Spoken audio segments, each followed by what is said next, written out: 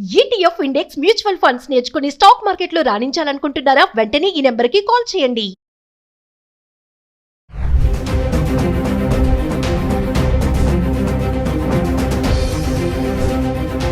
నమస్తే, welcome back to Suman TV.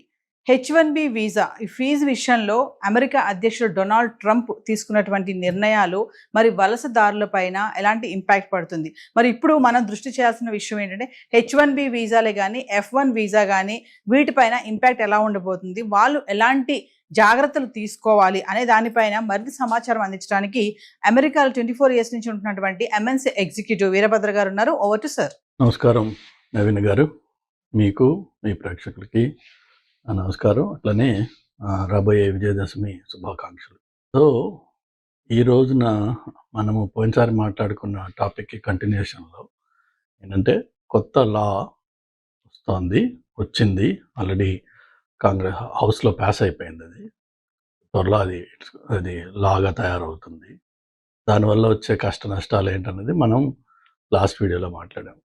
కానీ దానికంటే కూడా మరింత కష్టతరమైన పనులు త్వరలో రాబోతున్నాయి.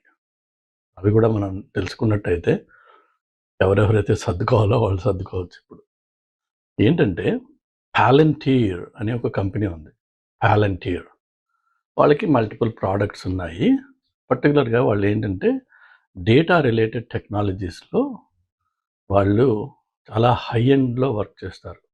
ఇనిషియల్గా అనలిటిక్స్ ఉండేది, తర్వాత ఏఐఎంఎల్ యాడ్ చేశారు. అట్లనే ఒరిజినల్గా వాళ్ళు ఫామ్ చేసినప్పుడు ఇనిషియల్గా వాళ్ళు మెయిన్లీ డిపార్ట్మెంట్ ఆఫ్ డిఫెన్స్ తోటి వర్క్ చేసేవాళ్ళు. బికాస్ ఇక్కడ డిఫెన్స్ కాంట్రాక్ట్స్ చాలా పెద్దగా ఉంటాయి. కొత్త కంపెనీకి ఒక కాంట్రాక్ట్ మంచి దొరికిందంటే చాలు, 10 మందితో చేయాల్సిన అవసరం లేదు వాళ్ళకి.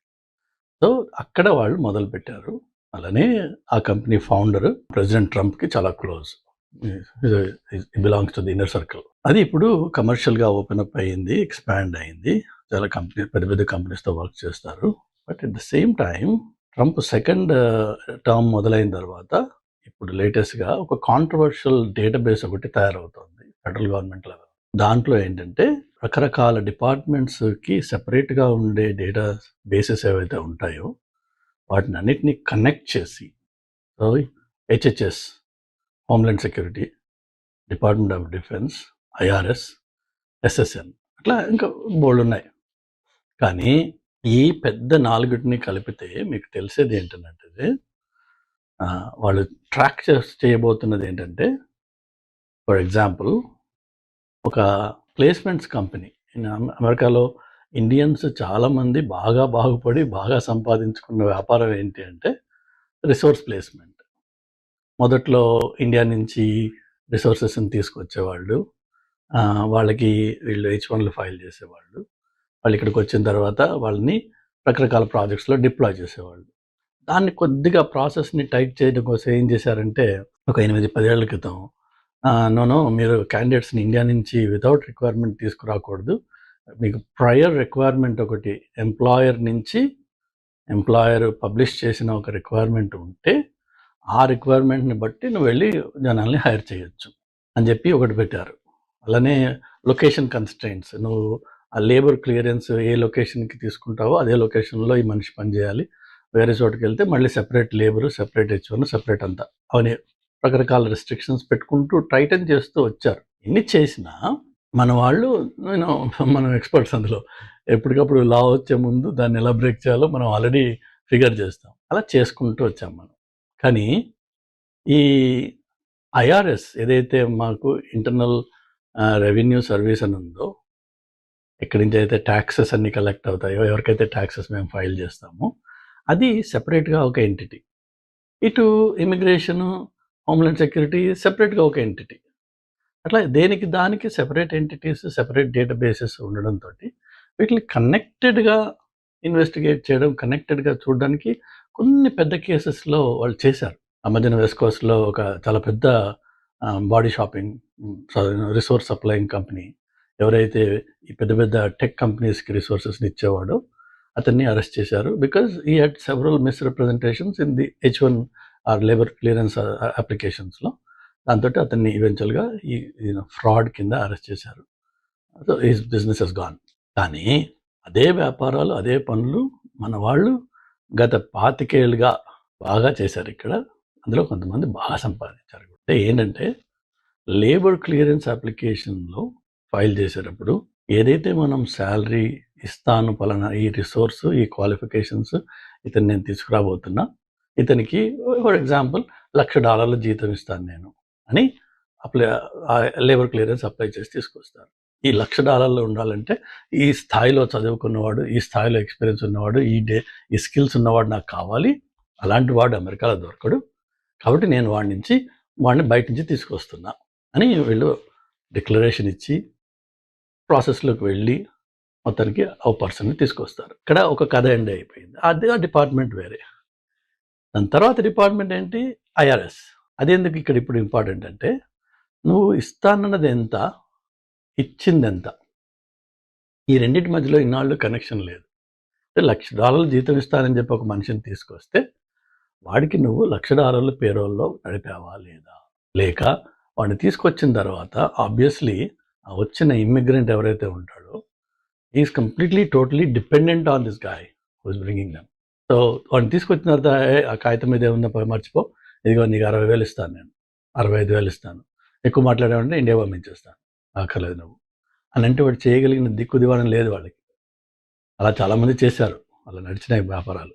కానీ ఈ రెండు డేటాబేసెస్లో కనెక్షన్ లేకపోయేటప్పటికి ఈ దందా బయట రాలేదు నాడు. ఇప్పుడు లేటెస్ట్గా తయారు చేస్తున్న డేటాబేస్లో ఫోకస్ ఏంటంటే ఈ దందాని ఎక్స్పోజ్ చేసి దీన్ని ఆబ్వియస్లీ ఫ్రాడ్ అది. ఎందుకంటే నువ్వు గవర్నమెంట్కి ఏం ఫైల్ చేసావు, 1,00,000 ఇస్తానని యాక్చువల్గా మనిషికి 60,000 ఇస్తున్నావు, 65 ఇస్తున్నావు, 70 ఇస్తున్నావు, whatever it is. If it is not 100K, then you have fraudulently applied for and gotten the visa approval. That counts as a fraud. Fraud means automatically jail time, automatically penalties, and automatically seizing the business. అలా రాబోతోంది. ఒకటి అదెత్తు.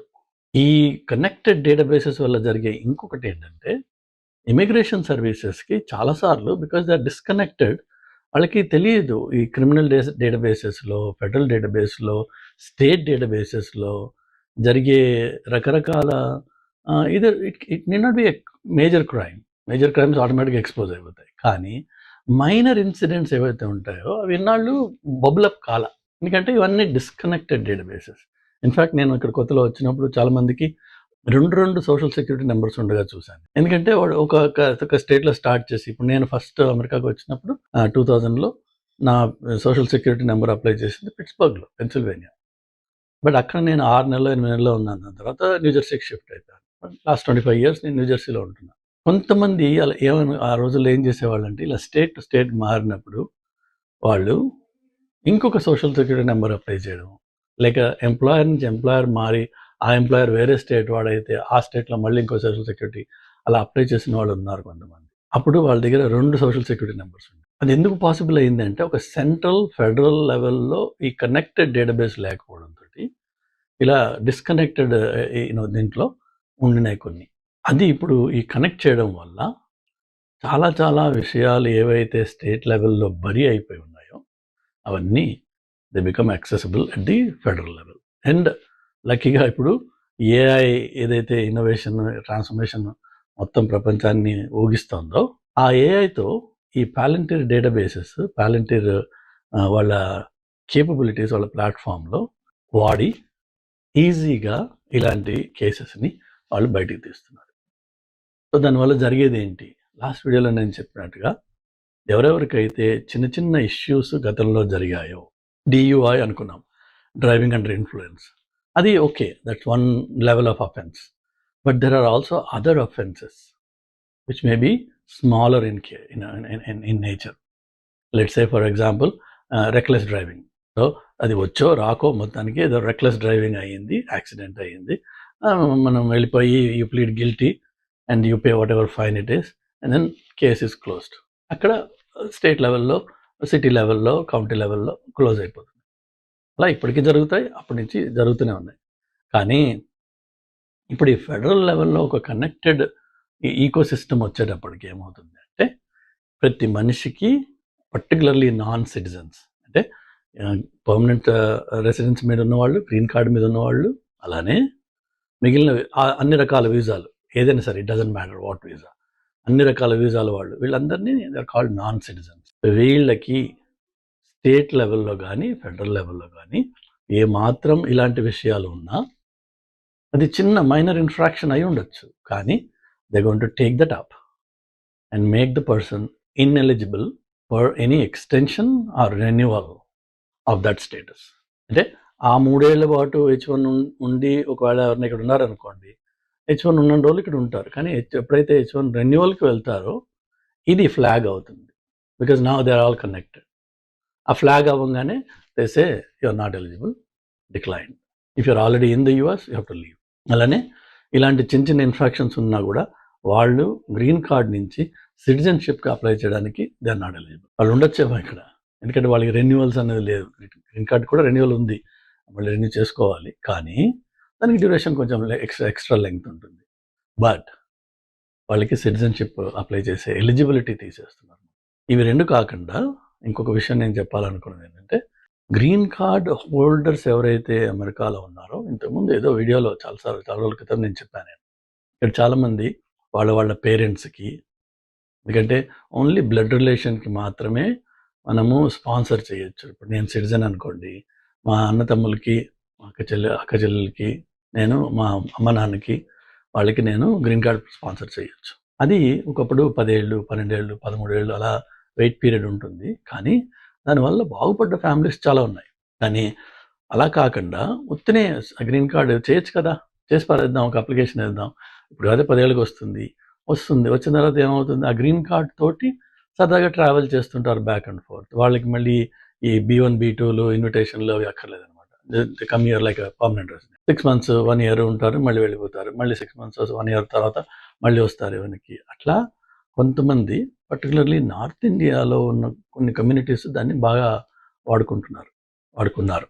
So ఇప్పుడు కొత్తగా monitoring చేసేది ఏంటంటే, ఈ విధంగా green card సంపాదించి అమెరికాలో తక్కువ టైం ఉంటూ అవుట్ సైడ్ ద యూఎస్ ఎక్కువ టైం ఉండే వాళ్ళకి they going to pull them up and cancel their green card.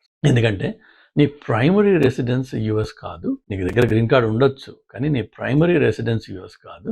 నువ్వు సరదాగా ఏదో 6 నెలలు ఇక్కడ ఉంటున్నావు, మళ్ళీ పోయి 2 సంవత్సరాలు ఇండియాలో ఉంటున్నావు, మళ్ళీ ఏదో వచ్చి 6 నెలలు ఉంటున్నావు ఇక్కడ. But you're basically an Indian resident that is carrying a green card from the US. That's not the way the purpose of, or the way a green card is supposed to work. You're supposed to be a permanent resident of the US and visit other countries and come back. ఆ equation ఎప్పుడైతే ఉల్టా అవుతుందో వాళ్ళు scrutiny చేసి ఆ green cards వాటిని cancel చేయబోతున్నారు అన్నమాట. సో ఇట్లా రకరకాలుగా ఎన్ని పద్ధతుల్లో ఈ ఇమిగ్రేషన్ని టైటన్ చేయాలో అన్నీ చేస్తున్నారు. ఇమిగ్రేషన్లో మంచి వార్త వచ్చింది, ఇండియన్స్కి పండగ, 2,500 కడితే గ్రీన్ కార్డ్ వచ్చేస్తుంది, 7 ఏళ్ళు ఉంటే గ్రీన్ కార్డ్ వచ్చేస్తుంది, 5 million కడితే గోల్డ్ కార్డ్ వస్తుంది. ఇవన్నీ హంబగ్. ఈ ఆన్లైన్లో, ఈ యూట్యూబ్లో జనాల్ని పిచ్చివాళ్ళు చేయడానికి తప్ప వచ్చే 4 ఏళ్ళ వరకు ఇమిగ్రేషన్లో ఎలాంటి శుభవార్తలు రావు. Things are only going to get tough. అన్నీ టఫ్ అవుతాయి తప్ప, అన్నీ క్లిష్టం అవుతాయి తప్ప ఈజీ అయిపోయి రెండు అని పిలిచే రోజులు పోయినాయి.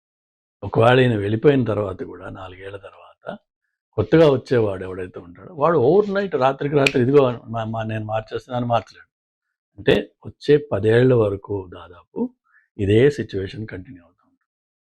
కాబట్టి ఎవరెవరైతే అమెరికా ప్లాన్స్, అమెరికాలో హైయర్ ఎడ్యుకేషన్, ఇక్కడ వచ్చి జాబ్, ఇక్కడ H1B ఇలా అనుకుంటారో, నా సలహా ఏంటంటే దయచేసి ఆల్టర్నేట్ లొకేషన్స్ చూడండి. జర్మనీ ఇన్వైట్ చేస్తుంది క్వాలిఫికేషన్స్, వెల్ క్వాలిఫైడ్ పీపుల్ని. చైనా రమ్మంటుంది, అట్లనే కెనడా కూడా అనౌన్స్ చేసింది వాళ్ళ, provided your qualified high tech qualifications ఉంటాయి. సో అటు వెళ్ళండి.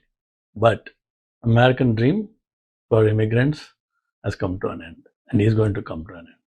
This is the end of it. ఈ ఫేజ్ ఏదైతే గత 25 ఏళ్ళుగా Y2K నుంచి మొదలయ్యి 2024 వరకు నడిచిందో that's the end of it. మళ్ళీ 24 తర్వాత నుంచి another 10 years, at least 10 years, maybe even more.